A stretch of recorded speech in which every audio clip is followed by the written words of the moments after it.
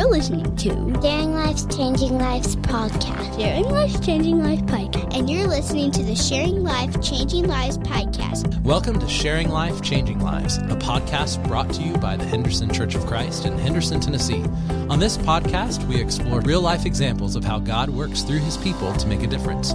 Join us each week as we share conversations that inspire, encourage, and remind us all of the power of a Christ-centered life. Welcome to another episode of Sharing Life, Changing Lives. For those of you that don't know me, my name is Bill Wade. I'm the family minister here at the Henderson Church of Christ, and I'm privileged to be a part of this good team. And today we've got a really good friend of mine, and probably will be yours very soon. Her name is Connie Pritchard. Connie, welcome. Hello, thank you. Glad to be here. Tell us a little bit about you. Well, how much time do you have? We have 25 minutes. Okay.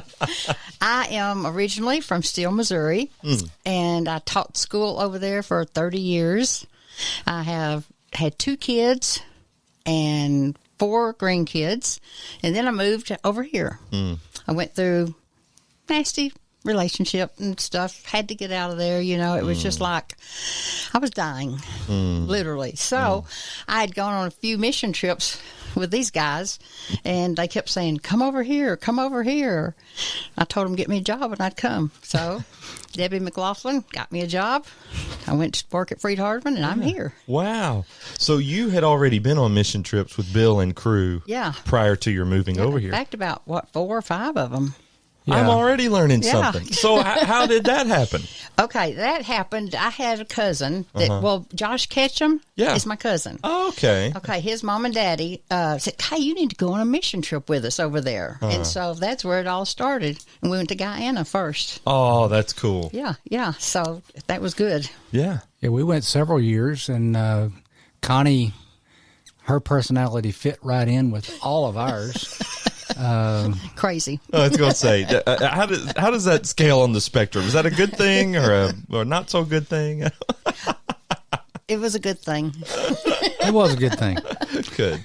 We blended well, and we're glad that she is here. Mm-hmm.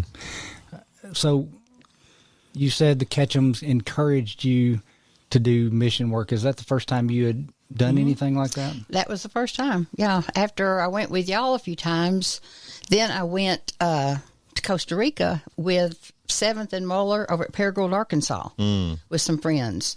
And, of course, that was a little bit different, you know. But we ate at the coffee bean mansion, you might say. They had the coffee beans right out there in the field and everything. But anyway, we did vacation Bible school and stuff, and so I did that. And then after I moved over here, you know, I started coming to church here, and everybody kept telling me, now, you know, you need to go here and you need to go here and find your fit. And I said, well, they are my fit. I've already been with them. I know who my fit is, so that's why I'm here. That's cool. Bill, you've led, I'm sorry, I'm interrupting our script, but you've led a lot of mission campaigns. In part, is it right to say through when you were a youth minister here at Henderson, or was that in addition to your youth ministry? Yeah, that was primarily. Now, when we were going to Guyana, Chris Hodges was our team leader. It was a medical mission. Oh, okay. And Chris did a great job leading that. And we just kind of pitched in, you know, where we needed to. Okay. But then we led some youth campaigns to Oregon and Michigan and the Dominican Republic. And then when I stepped back from youth work, Connie went with us to Costa Rica this past summer. Yeah. And I went just to kind of help Caleb, the new youth guy. Kind of get his feet wet and established a little bit, and it was great for me because you know, Connie and I had all those experiences before, so we could just kind of pick up, and it was funny because we were some of the older ones on the trip. And so we're looking at. I was the older not one. Some of. Wow. Well, Connie was the oldest person. Since she's going to drag I'm me. a mammy with 5 great grandkids. But it was funny, you know, us talking about and just looking at things through a different set of eyes Yeah. because of the experiences that we've had and trial and error with what works and what doesn't work. And but that was a great trip too. And Connie was a blessing to. We wanted her to go so our teenage girls could, have someone to take care of them. And I really couldn't think of anybody that I would personally want taking care of them other than Connie, because, for two reasons, and we're going to get into some of her world travels. She is very, very travel savvy, but two, she puts people at ease with the way she carries things. So, what was it about the trip to Guyana? Was it the people that you went with, or was it the people there that when the trip rolled around again, you said, I want to go? I think it was the people there. I really do, because it's such a different culture everywhere we go. It's all different. But when you're here, it's just easy. You go to church, you don't think anything about it. You get up, put on your clothes, you come, you're comfortable, everything. When you go there, they're walking miles and miles to get to church. Remember the one we had out there, and it was raining, and they were walking in the rain out there, and they carried this man in that had to have a leg amputated. I mean, and they don't think anything about it. They come from everywhere, and when they get there, they are dressed to the hilt. And I don't mean fancy, but I mean white dresses, clean. And how they clean them, I don't have any idea. But they're just so happy to be there, and that we're there to help them, and not just medically, but they go through a Bible study too, and they ask questions. They're eager with it. Then you got all the little children there, and it just, I don't know. You think, I'm doing something. I'm spreading the word. But then when you leave and you get back home, you realize you got more out of it than what you probably gave, or at least what you think you gave. I've grown so much from all of the trips, and the Haiti ones especially. So what are some of your most memorable experiences that you've seen on your travels? I would say that the most memorable ones came from Haiti. Okay, because I've been to Haiti 5, 6, 7 times, and with the children's home over there. And the first time I went actually was with Estes, right after the earthquake. Okay, I went with about 4 or 5 people there, and honestly, my first impression when I got there to the home that night, and of course it's burning up hot, there's no air conditioning.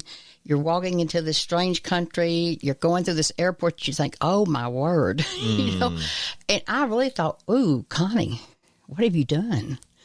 But by the time we left, because we bagged up food, and we would take it out to the hillsides where they had all fled to from the earthquake, because they were all so scared of something else. But then as time went on, then I started going with y'all back over there, and I met Roberta Edwards.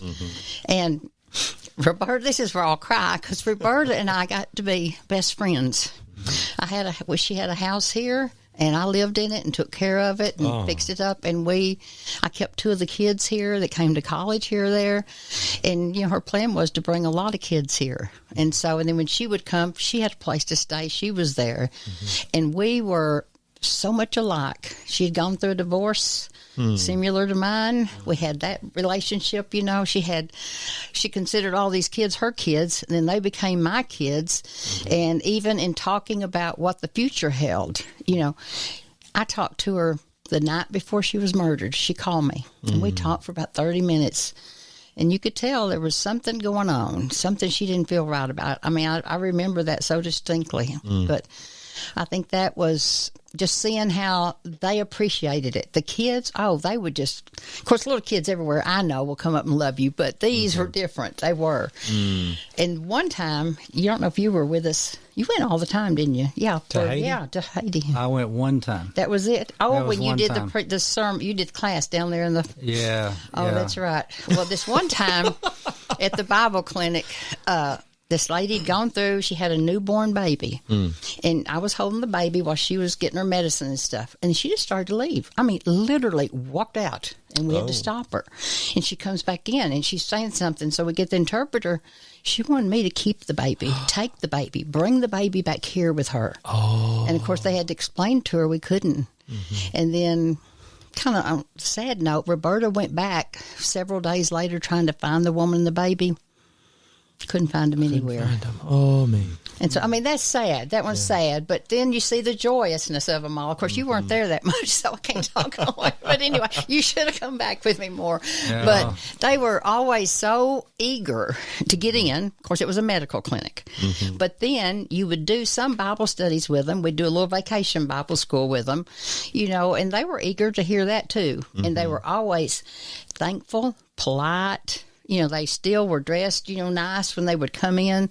And you just wonder how they live in their poverty that they live in. How do they do that? Yeah. Yeah, I have a couple of memories from my one trip from Haiti. I mean, it was hot. It's very What hot. time of year? Was it in the summer? Oh, What time yeah. of year? It was It's July. Yeah.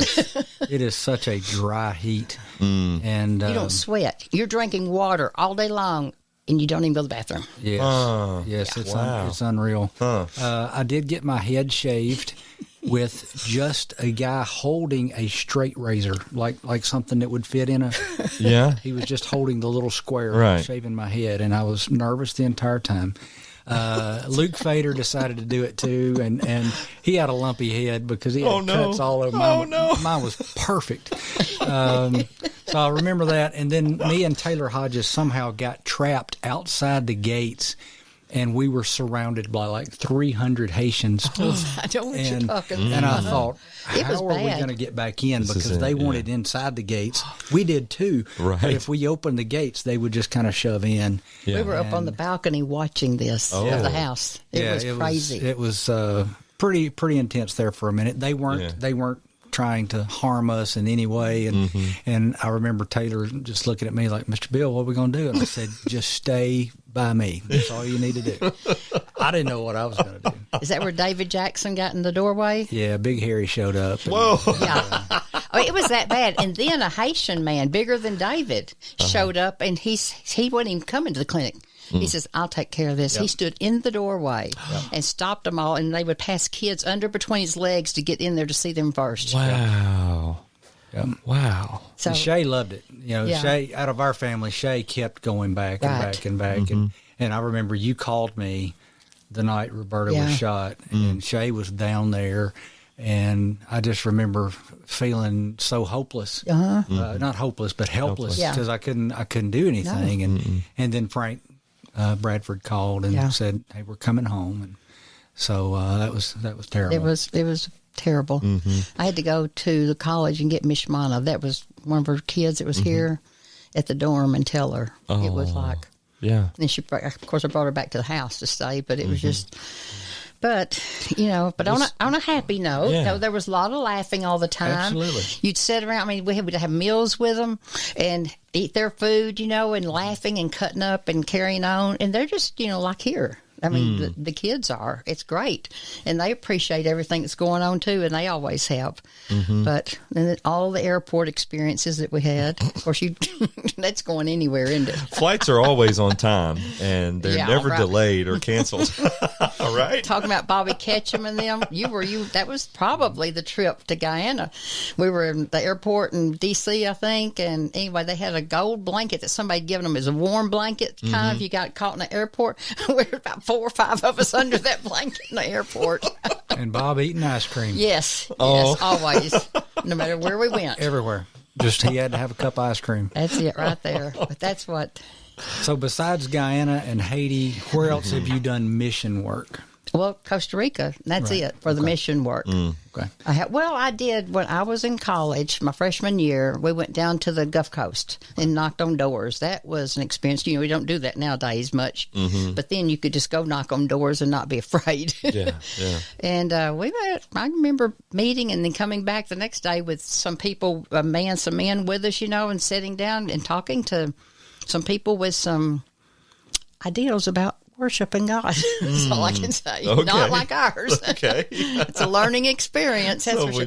Oh, in Guyana, too, one time, this lady I was doing the Bible study with before she saw the doctors, she was like, I want to say like a voodoo princess or something, the way her beliefs were. I mean, she was really out there, yeah. Yeah. It was wild talking to her. But I mean, what she do you talked, say she to people listened, like though. that? I was going to say, like, how do you respond to people with such different ideas from what we encounter. We kind of had, I think they gave us a sheet with some scriptures on it that would help with some things. Good. And so you just kind of talk to them from the heart and start asking them, but what about this, though? Well, what about this? Making them think this way.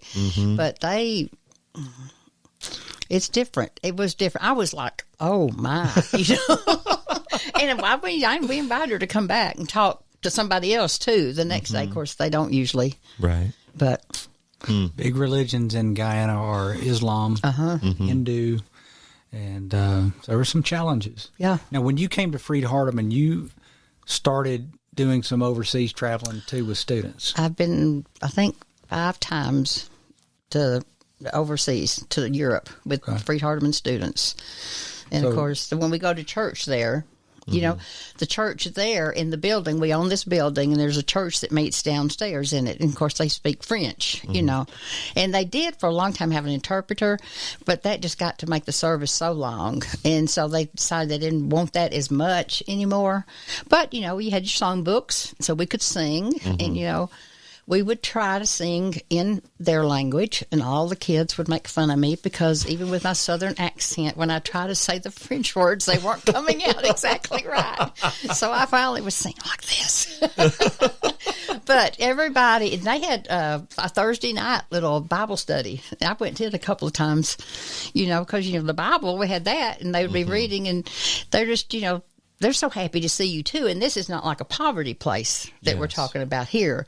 But it's like Christians everywhere have the love for God. And they have the love for fellow people, fellow Christians. And they'll just do whatever for each other. You saw that with them even. And this man that did the interpreting actually was from the United States. Had just went over there years ago and had married somebody, and he'd been there forever. And I think he and her were divorced, and he would come down by car every Sunday. I think it was an hour drive from where he lived to do this, to worship with them there and help them. So what all countries on that side of things did you get to see while you were there? Well, we've been to England, to France, to Ireland, to Scotland, to Germany, to Italy, to Portugal, to Spain, to the Netherlands, to I can't even think all of them up there. I haven't been to Norway and Sweden. It'd be easier to say where she hasn't been. Switzerland, I haven't been up in that part. Okay. And pretty much down in here, all of it, And so the one thing we had trouble with there when we would go on free travel, they called it, where the kids could go, and you have to turn an itinerary where you're going. And so I went with these 2 girls. One of them had been one of my tutors at school because I was over tutoring and testing. That was my first trip, really. I took a job here in July. Come January, they come to me and say, hey, we've got this already okayed with everybody. You have a passport and you're single. Would you want to go to Europe in February? Oh, wow. So, oh, my. Okay. Yeah, we'll do this, okay? So one of my SIs, my supplemental instructors, I was telling her, she says, oh, Miss Connie, don't worry about it. I'll take care of you. Huh. She did. Oh, she did? She did. She trained me well over there for everything. But, you can't find grape juice.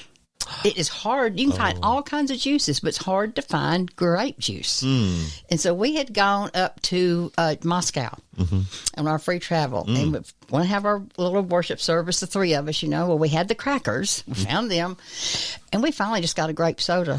We couldn't find any grape juice. And we said, dear God, I know you will accept this because this is all we can find. Sometimes we just have to make do, don't we? Yeah. And then... in Italy, they serve real wine. And we told the kids that before we went to church, and I don't know if they just didn't remember or what, but oh my word, they took a sip and then they go, and just look around. It was like, and I'd go, shh, shh, shh, shh. So when we got outside and got away, then we talked to them again about it. But, they thought they were sinning. Those Italian Christians over there. They're just waiting for the poor little Americans. That's it right there. But you can still find churches. Church of Christ there if you look. Yes. Athens, Greece. Right. We went there, and the man, he does a lot of work over in Athens, and then he even has a tour guide thing where he can take you to the islands and to Patmos and all that too. So, you know. Well, I don't know if you remember, but the time I was in Haiti, Roy is preaching, and it comes time for the Lord's Supper, and there's so many people in this little church that we're actually sitting on the stage behind the pulpit, and Linda Hodges is sitting next to me, and they passed and I looked at it, and I remember thinking, okay, it's purple. And, of course, we sipped it, and I remember thinking, okay, this is something that you'd find out of your Uncle John's basement. Oh, no. There was nothing. Sorry, Uncle John. And Linda leans over to me and says, "This is not Welch's." And I'm like, "No." That's it right there. So would you say in all of your travels, you know, obviously you're seeing lots and lots of people. Are you more impressed with people from different cultures, or disappointed, or what? I think I'm probably more impressed with the third world country cultures because they have nothing, literally, you know, and yet they are making the biggest sacrifices to come to worship and to do right and to take care of their kids and to try to stay clean. You know, they walk around with buckets like this on their head carrying water because they don't have water in their homes.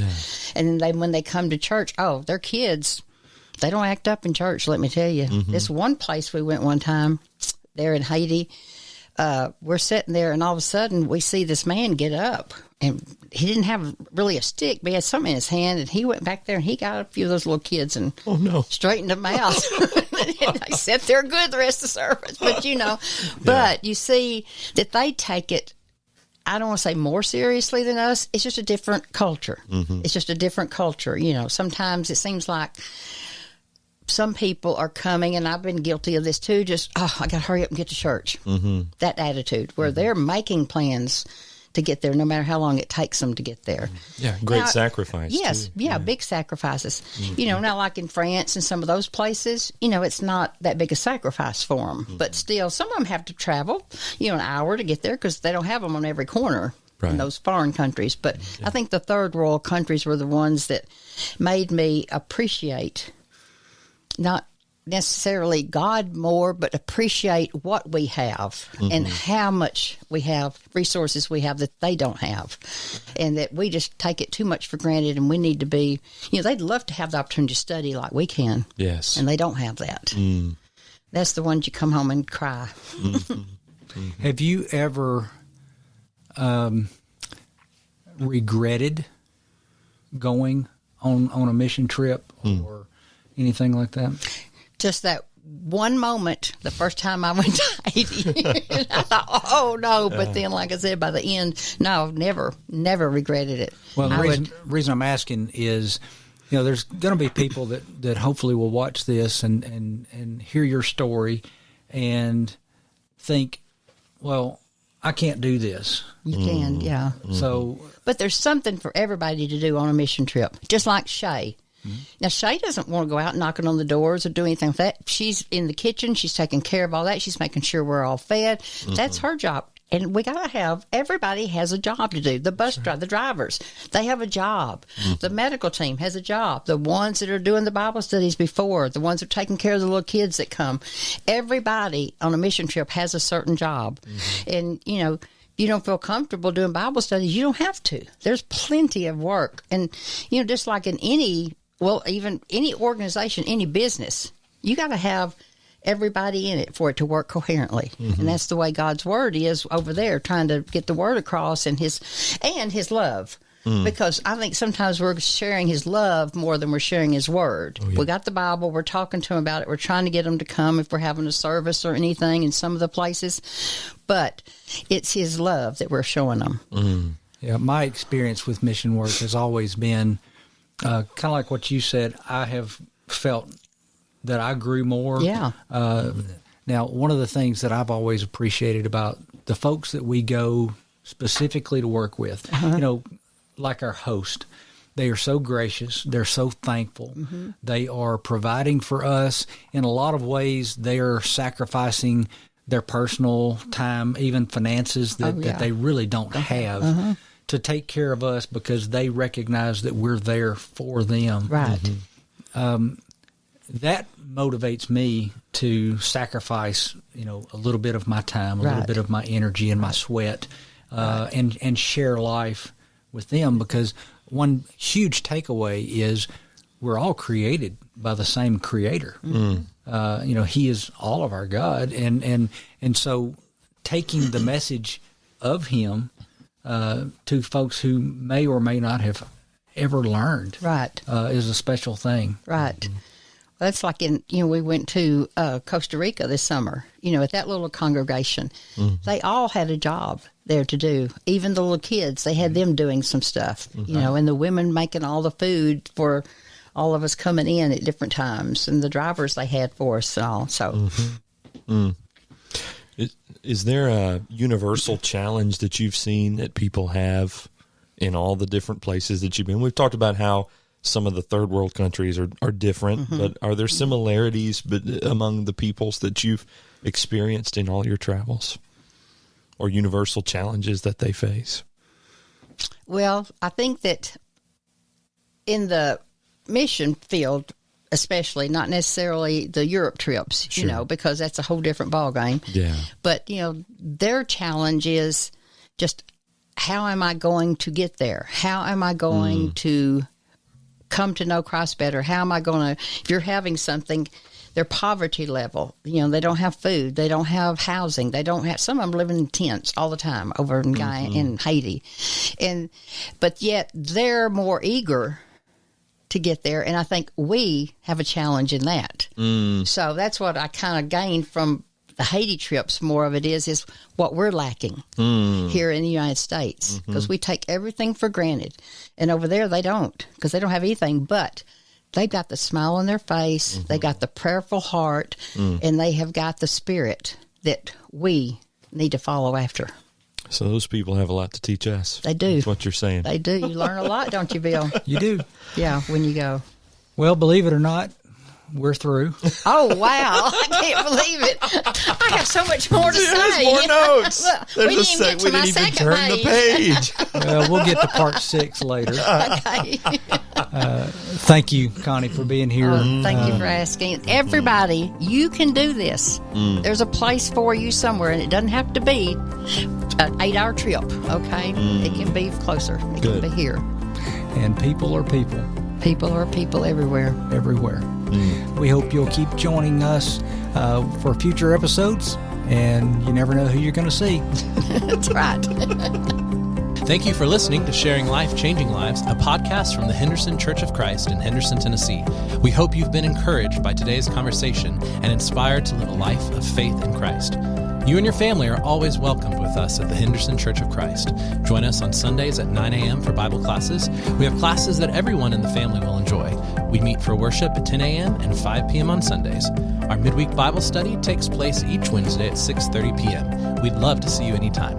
Be sure to subscribe and share this podcast with others who might be blessed by it. To learn more about the Henderson Church of Christ, visit us online at hendersoncoc.com. Until next time, let's keep sharing life and changing lives for His glory.